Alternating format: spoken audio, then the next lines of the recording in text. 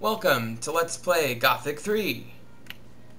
Last time we cleared this cave, and unfortunately we ran out of lockpicks, so I'm gonna run down to the bottom of the cave, get my reward from Joey, who gave me the quest, and get some goddamn lockpicks. I'm also gonna sleep because it's late at night. If you push, L, so you can see it's 4:48 in the morning, for God's sakes. This is like, I know most of you gamers who are watching this probably are used to staying up that late, but this is the real world here. Well, actually it's not, it's a fantasy world, but the point is, they don't live their lives like we do, and they need sleep, and so this guy's gonna get some sleep. He deserves a little sleep. He's been awake for a while. He just had a full-blown battle. He's killed 4 boars, 4 goblins, at least 5 lizards, a mine crawler, and a scavenger. He deserves a break. So I'm going to give him one once I find a bed. But first, I'm going to go up to where I think I might be able to find a lockpick.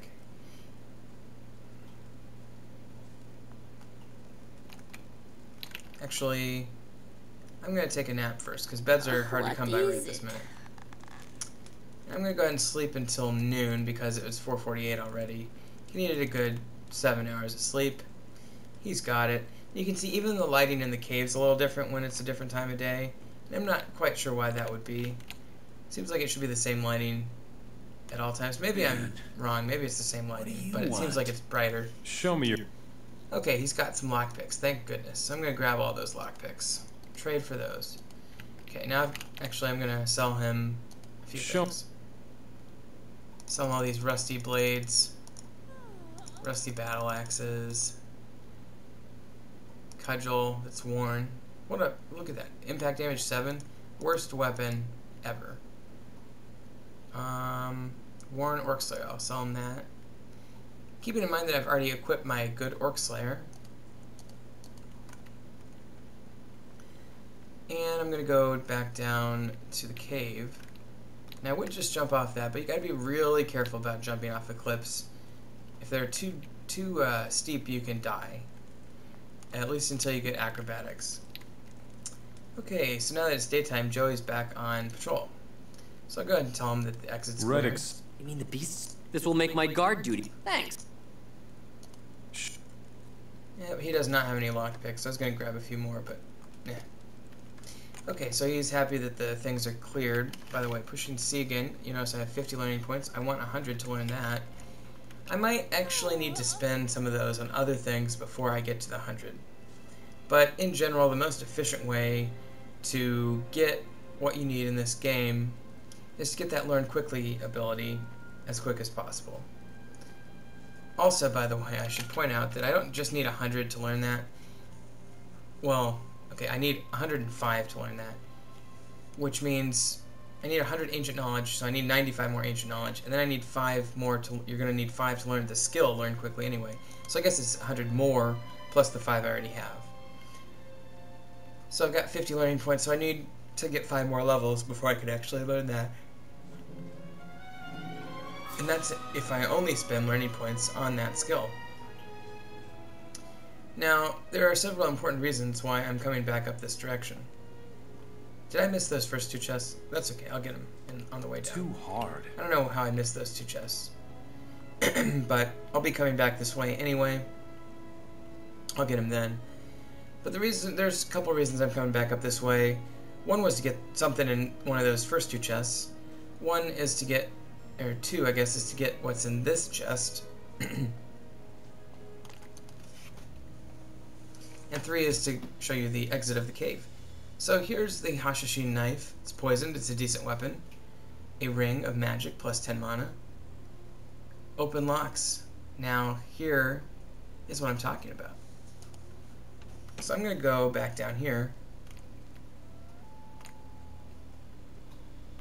Actually, I'm not. I'm not going to waste...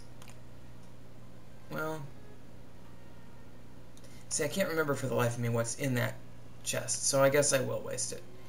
Now, you can get a skill later in the game called Open Difficult Locks, and then you can open any chest you want. And actually, I'm relatively short order. I'm going to learn Open Well, I'm going to learn the first open difficult locks, and then you can get another level in it, I guess. But for now, what I'm going to do is I'm going to push I. I'm going to grab this open locks scroll. I'm going to target the metal chest, and I'm going to click left button, mouse button. So now the chest is no longer difficult to open. I open it, and yeah, it's so not worth it, except for it has another open locks scroll in it, which means that if I need to use it again, I guess I'll have another scroll. Okay, so at least I have the satisfaction of knowing that chest is no longer sitting there waiting for me to open. Let me run back and grab those other two chests real quick, and then we'll continue on.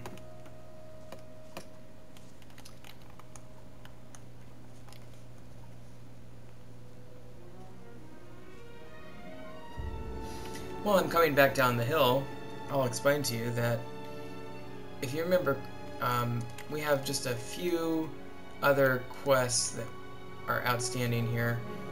First of all, we have to slay the orc patrols in 2 different areas. We also have to find a blacksmith and provide weapons for the camp. And then, of course, the guy up at the campfire wanted us to find his friends. Here is the teleporter stone for Reddick.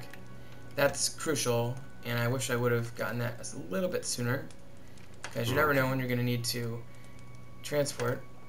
Okay, so the first lockpick broke, but the second one worked. I have now gotten all of the items out of the cave system here. This is the first of many caves that you'll be dealing with. So I'm going to head back up to the top and show you what's at the top.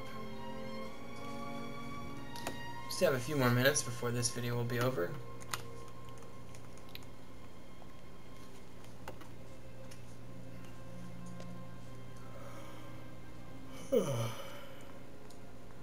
Pardon me for yawning into the microphone.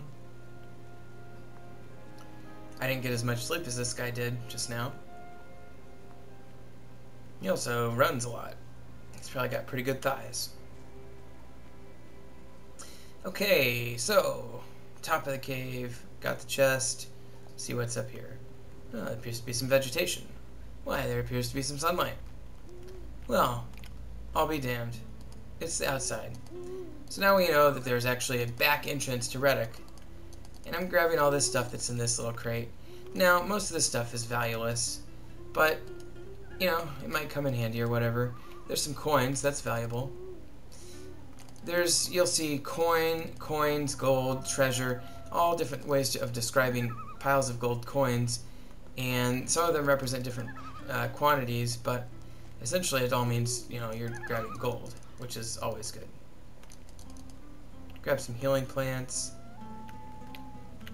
Grab this guy. That's going to be a wild berry. Wild berries are similar to healing plants. They can be used to make healing potions and a few other things. So I'm just kind of making a perimeter with the plants. So I think I've connected my previous exploration in this direction with my current exploration.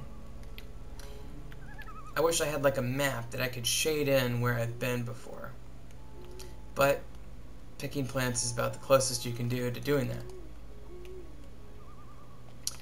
Grab this chest. I think that one's going to be too hard.